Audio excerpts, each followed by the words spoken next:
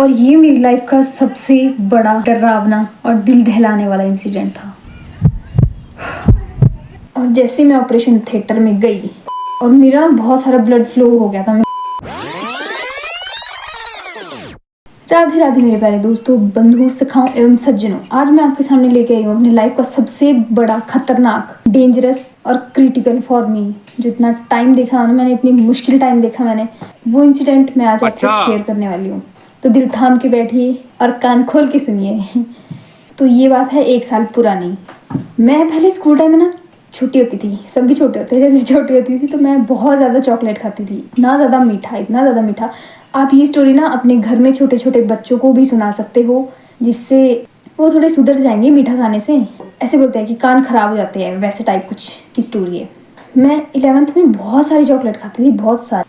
Mummy papa जब मेरे को पॉकेट मनी देते थे, फिर मैं चॉकलेट ले लेती थी। बहुत सारे पैसे इकट्ठे करने, 150 160 की आती थी उस टाइम चॉकलेट। सिर्फ ओरियो खाती थी मैं, मेरी फेवरेट। मैं तो ओरियो ही खाऊंगी भाई। 1 साल ये सिलसिला चलता रहा। महीने 2 महीने में मैंने चॉकलेट खाई देनी है, मतलब पॉकेट मनी बचा बचा के साइड से मैंने खाई देनी है। फिर जैसे मैं 12th में आई और मेरे कान में दर्द होना शुरू हो गया। पहले मैंने इग्नोर किया कि चलो ऐसी होती रहती है, इतना मीठा खाया है मैंने तो होगी। फिर मैंने सोचा कि घर पे बता देती हूँ। मैंने घर पे बताया, मैं मम्मी मेरे कान में दर्द होती रहती है। मम्मी बोलती हाँ मीठा कम खाया कर। हाँ ऑब्वियसली, कौन ही ध्यान देगा, इतना मीठा कम खाती हूँ। मीठा खाना फिर मैंने थोड़ा कम कर दिया, थोड़ा कम किया, ज़्यादा नहीं, थोड़ा कम कर दिया, मतलब चॉकलेट वगैरह। यार गला भी अभी खराब होना है। तो चॉकलेट वगैरह मैंने खानी छोड़ ही दी, मतलब लिटिल लिटिल छोड़ दी। फिर उसके बाद मेरे और दर्द होने लगी। 12th तो मेरी ऐसी निकल गई लॉकडाउन में ही, ठीक है। घर पे ही थे हम सारे। जैसे ही मैंने फर्स्ट ईयर में एडमिशन ली, 6 महीनों बाद ऐसे मतलब मेरे फेस पे इतनी ज़्यादा स्वेलिंग होने लगी दर्द की वजह से। फिर भी मैंने सोचा कि चलो इग्नोर ही कर देती हूँ, क्या ही होगा ज़्यादा से ज़्यादा, कैसी होती होनी दर्द की। फिर मैंने मीठा खाना बिल्कुल ही छोड़ दिया। जब मैं फर्स्ट ईयर में आई फिर मैंने मीठा खाना बिल्कुल ही छोड़ दिया। मैंने नोटिस किया कि मेरे कान में कंटिन्यू दर्द हो रही है, कंटिन्यू ही दर्द हो रही है। और जैसे ही मैं एक साइड को सोती और फिर मेरा फेस इतना ज़्यादा फूल जाता, मतलब सूजन आ जाती, उसमें स्वेलिंग आ जाती। एंड देन मेरे कान से जो पस होता है वो निकलने लगा। It's very big deal for me. फिर मैंने ध्यान दिया, मैंने घर पे बताया कि मम्मी देखो ऐसा ऐसा हो रहा है और मेरे को दर्द भी होती है इसमें बहुत ज़्यादा। फिर फर्स्ट ईयर से सेकंड ईयर निकला, चेक करवाया हमने फर्स्ट ईयर में, तो उन्होंने बोला कि ऑपरेट करना पड़ेगा, ऑपरेशन करना पड़ेगा, सर्जरी होगी। फिर मैं तो डर गई, मम्मी पापा भी डर गए कि नहीं छोटी बच्ची है, अभी कैसे हैंडल करेगी। और मैं उतनी ज़्यादा हेल्दी भी नहीं थी उस टाइम, अभी भी नहीं हूँ पर उस टाइम भी नहीं थी। ऑपरेशन फिर वो बेटर चॉइस मेरे को नहीं लगी, नहीं मेरे घर वालों को लगी कि छोड़ देते हैं, अभी दवाई खा लेते हैं, जितना दवाई से आराम होगा फिर वो देख लेंगे। सेकंड ईयर में भी मेरी बहुत स्वेलिंग होने लगी, मेरे से खाना नहीं खाया जाता था। फिर मेरी तबीयत और मेरी सेहत बिल्कुल ही ढीली पड़ गई थी कान की दर्द की वजह से। फिर मेरे साथ हुआ ऐसा कि एक दिन इतनी दर्द हुई मेरे को कॉलेज से IGMC जाना पड़ा और अपनी बहनों को लेके जाना पड़ा। इतना मुंह सूज गया मेरा, मैं बोलूँ अरे उंगला ने खाई हो बब्बो वाला हिसाब, जैसे मधुमक्खियाँ काटती है इतना बड़ा हो जाता है, वैसे हो गया। उन्होंने IGMC में चेक किया, कान साफ किया वगैरह वगैरह। फिर उन्होंने बोला कि ऑपरेशन, ये सर्जरी करनी पड़ेगी क्योंकि आपके कान के पर्दे में डिस्चार्ज है, छेद हो चुका है, अब ये हील दवाइयों से मुश्किल ही है, आपको ऑपरेशन ही करवाना पड़ेगा। तो 1-2 साल मैंने थोड़ी बहुत ऐसे ऐसे दर्द झेल ली। पहले तो मैंने इग्नोर किया कि चल इग्नोर कर ले। फिर मैंने गौर किया कि मानव शरीर है, प्रॉब्लम होगी तो प्रॉब्लम का मेरे को सोल्यूशन ढूंढना है, मेरे को प्रॉब्लम से भागना नहीं है। सबसे बड़ी बात तो मैंने ये सीखी। और अपनी हेल्थ को इग्नोर नहीं करना है, सबसे बड़ी बात मैंने ये भी सीखी। इतना सब कुछ हुआ मेरी लाइफ में। मैं मतलब 1-2 साल तो मैं ऐसे थोड़ी कमज़ोर ही थी क्योंकि ना कुछ ज़्यादा खाया जाना था मेरे से। फिर मेरे कान में दर्द होने लगती थी, फिर वो दर्द की वजह से इंसान वैसे ही कमज़ोर पड़ जाता है। तो जैसे मेरा कॉलेज का फाइनल ईयर आया, उस टाइम हम गए एक हॉस्पिटल, सोलन हॉस्पिटल में गए हम कि एक बारी चेक करवा लेती हूँ। मेरे को कुछ टिनाइटिस की प्रॉब्लम भी होने लगी थी, मेरे कान में ringing buzzing type something like that ऐसा होने लगा था। सोचे कि चेक करवा लेते हैं। फिर उन्होंने बोला कि जी इसका तो ऑपरेशन ही होना है, ये सर्जरी होएगी इसकी। मैं कहा अच्छा। उन्होंने 10 दिन की दवाई दी, बोलते पस पड़ गया है वो सुखाना पड़ेगा, उसके बाद ही ऑपरेशन या surgery what ever surgery possible है। तो उन्होंने 10-12 दिन की दवाइयाँ दी। मैंने 10-12 दिन दवाइयाँ खाई। मेरे को कॉलेज से छुट्टियाँ थी शायद उस टाइम पे, हम ऐसे रैंडम ही चले गए 10-12 दिन बाद कि चलते हैं चेक करवा लेते हैं, पस सूख गया होगा कि नहीं। मेरा पस सूख चुका था। मम्मी ने डॉक्टर से पूछा कि कब आए हम ऑपरेशन के लिए। डॉक्टर ने बोला कि एकदम ऐसे बोल दिया कि हो जाएगा, आज हो जाएगा। आना क्यों है, आए तो हो ही, आज ही हो जाएगा। मेरे को ऐसा फील हुआ कि नहीं, एक बंदा मालिश मुलिश करके जाता है अपनी, है किसी चीज़ के लिए लड़ने जाता है, झगड़ने जाता है, तो मतलब थोड़ी तैयारी से जाता है। हम तो ऐसे रैंडम ही चले गए कि चेक करवाएंगे और आ जाएंगे। और मैं, मेरे दिल में धक धक धक धक ऐसे होती रही। और फिर मेरे को डर लगना शुरू लग गया कि ये हम तो, मैं तो रैंडम ही है, रैंडम कैसे ऑपरेशन हो जाएगा भाई, थोड़ी हिम्मत तो जुटानी पड़ती है इंसान को।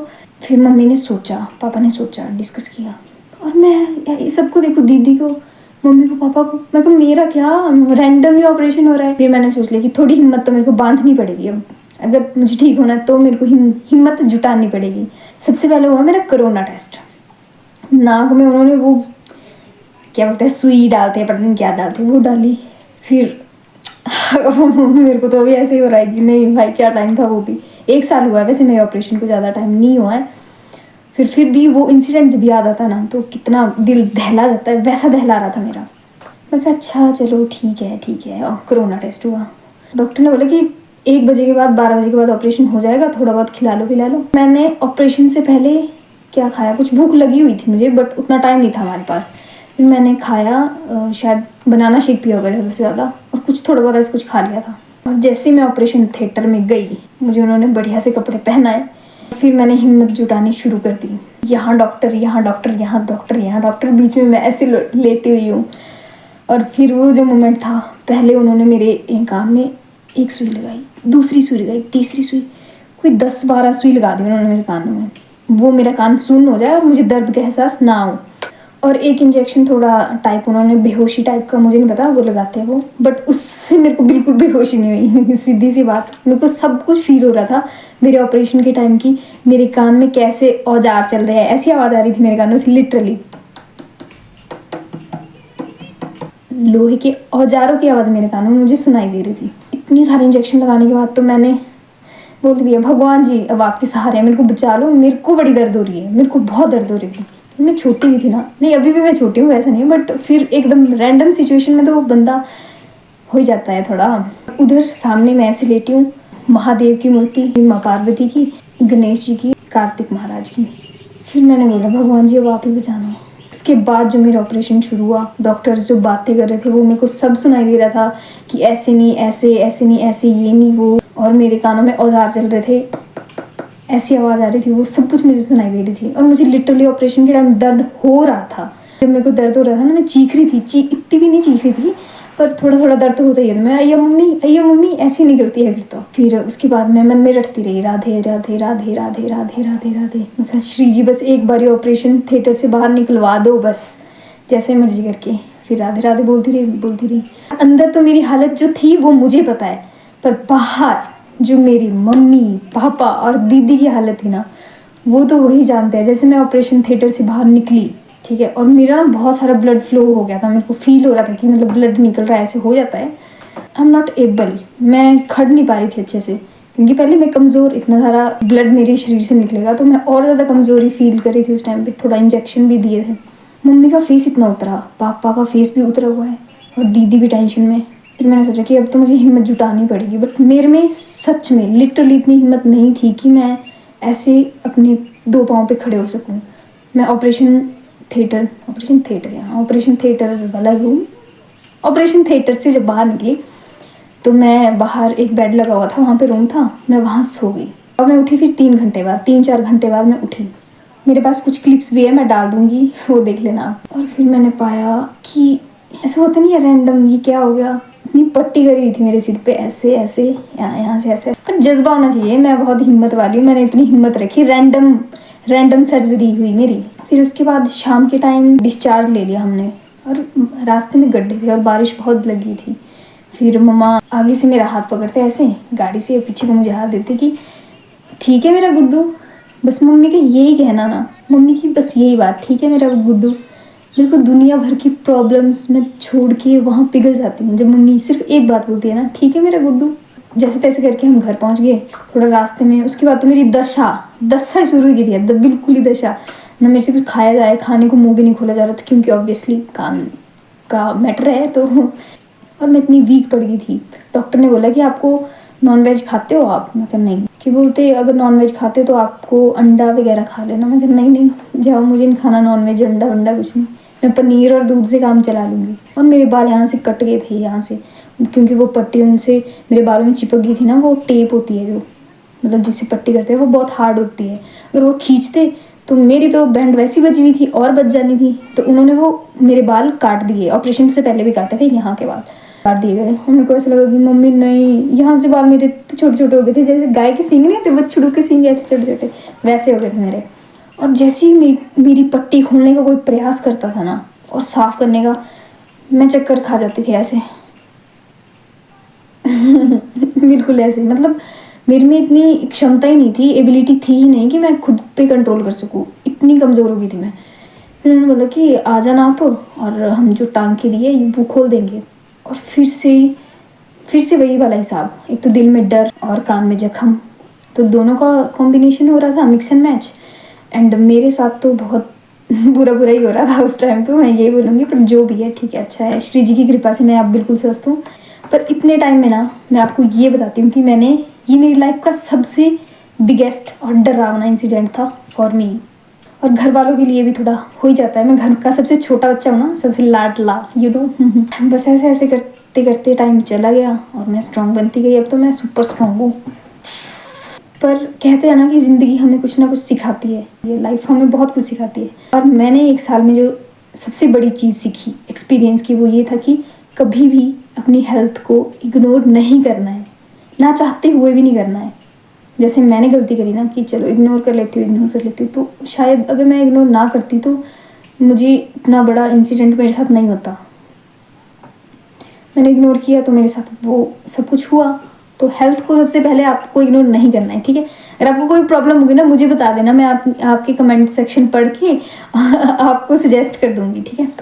और अगर घरेलू उपाय भी होगा तो भी मैं सजेस्ट कर दूंगी। सबसे बड़ी बात, हेल्थ को इग्नोर नहीं करना है, जो मैंने सीखा। और दूसरी सबसे बड़ी बात कि जहाँ इंसान अकेला होता है वहाँ उसके साथ उसके भगवान खड़े होते हैं। जब मैं अकेली थी ऑपरेशन थिएटर में, मेरे साथ मेरे भगवान खड़े हुए थे, मेरी सुरक्षा और मेरी रक्षा करने के लिए। और तीसरी सबसे बड़ी बात, हमारे माँ बाप होते हैं ना, हमारी फैमिली होती है ना, उनसे ज़्यादा सपोर्टिव और कोई नहीं है। और मैंने देखा है कि मेरे मम्मी पापा ने मेरी कितनी केयर की, मेरी बहनों ने, मेरे भाइयों ने मेरी कितनी केयर की। मेरे को दर्द होता था तो वो हंसाते थे मुझे। मतलब ये चीज़ फील करवाती है ना कि नहीं, मैं तो लाडली हूँ नहीं, किसी को भी ऐसा होता तो सब ऐसा ही करते हैं, क्योंकि सब एक दूसरे की, हमारे घर में तो वैसे ही बहुत केयर करते हैं। तो बस यही था मेरी लाइफ का एक इंसिडेंट। अब उसके बाद फिर भी मेरे कान में थोड़ी थोड़ी प्रॉब्लम हुई है। फिर मैं पीजीआई चेक करवाने गई। अभी मैं फिर से सोच रही हूँ कि अगेन अपनी हेल्थ को इग्नोर ना करके मैं पीजीआई चेक करवा लूँ, एंड देन जो भी जैसा भी डॉक्टर बोलते हैं वैसे ही करूँगी। तो प्लीज़ आप सभी भी ऐसा मत कीजिएगा, अपनी हेल्थ को मद्देनज़र रखते हुए एक्शन लीजिएगा। ये बात याद रखिएगा कि माँ बाप की केयर और भाई बहनों को प्यार, ये साथ है ना तो लाइफ झिंगा लाला मतलब तो लाइफ सेट है, फिर और कुछ नहीं चाहिए। बस भगवान का आशीर्वाद, फैमिली का प्यार, love, support and care, and then simple. इन्हीं सभी के साथ हमारी लाइफ चलती है और मेरी भी चलती गई। और आज देखो I am very happy and I am very very स्वस्थ। हाँ, बच्चों को आप ये स्टोरी ज़रूर सुनाएं कि बच्चों देखो, चॉकलेट तो नहीं खानी है, देखो कम खानी है, ठीक है। अकबल्ली नहीं खाने की, दिते दा गेड़ा तो खाने लगी रहे, कम खानी है। अगर आप चॉकलेट खाएंगे ना तो मेरे जैसे आपका कान ऐसे कट करना पड़ेगा। ऐसे मेरे कान में कट लगा था, पता है आपको, मेरे कान में कट लगा था, उसके बाद मेरा ऑपरेशन हुआ था कट लग के। और जो छोटे बच्चे होते हैं ना उनका तो ज़्यादा कट लगता है, उनका तो कान ही ऐसे हाथ में निकाल के रख देते हैं, ऐसे डॉक्टर दे देते हैं कि हम इसको खा जाएंगे। तो आपको चॉकलेट बिल्कुल भी नहीं खानी है, ठीक है। तो बस यही है, इसी का नाम ज़िंदगी है। छोटा सा इंसिडेंट मेरे लिए तो नहीं था, मेरे लिए बहुत बड़ा था। तो ये इंसिडेंट मैंने आपको सुनाना था, मेरा मन था कि सुनाती हूँ कोई स्टोरी तो सुनाती हूँ आप लोगों को। फिर मैंने ये सुना दिया कि चलो दुख का दुख मेरा भी निपट गया और आपको भी कुछ सीखने ही मिला होगा मेरी 2-4 बातों से। शायद मैं पहली बार ये स्टोरी टाइम कर रही हूँ, पहली बार अपनी लाइफ का कोई इंसिडेंट सुना रही हूँ आपके सामने। बस भगवान की कृपा से अब सब कुछ सही है। अगर आपको और स्टोरीज़ भी सुननी है ना मेरी लाइफ की, जो मेरी खट्टी मीठी मतलब चुलबुली बुलबुली वाली है, तो मेरे को आप बता देना, मैं सुना दूंगी आपको। मेरी लाइफ में हाँ हुई है। स्कूल टाइम में मैं कैसी थी और मतलब अब कैसी हो गई, और अब तो आपको बताइए अब मैं कैसी हूँ। फिर मेरे को सजेस्ट किया करो ना कि आप किस टाइप का ब्लॉग देखना चाहते हो, किस टाइप का, तो मैं अपना कंटेंट उसी साइड को चेंज करने की कोशिश करूँगी और अपना बेस्ट देने की कोशिश करूँगी। यहीं विराम करते हैं, इस वीडियो को ख़त्म करते हैं और मिलती हूँ आपको नेक्स्ट वीडियो में। चैनल को लाइक शेयर एंड सब्सक्राइब ज़रूर करें और बच्चों stay away from chocolates, okay.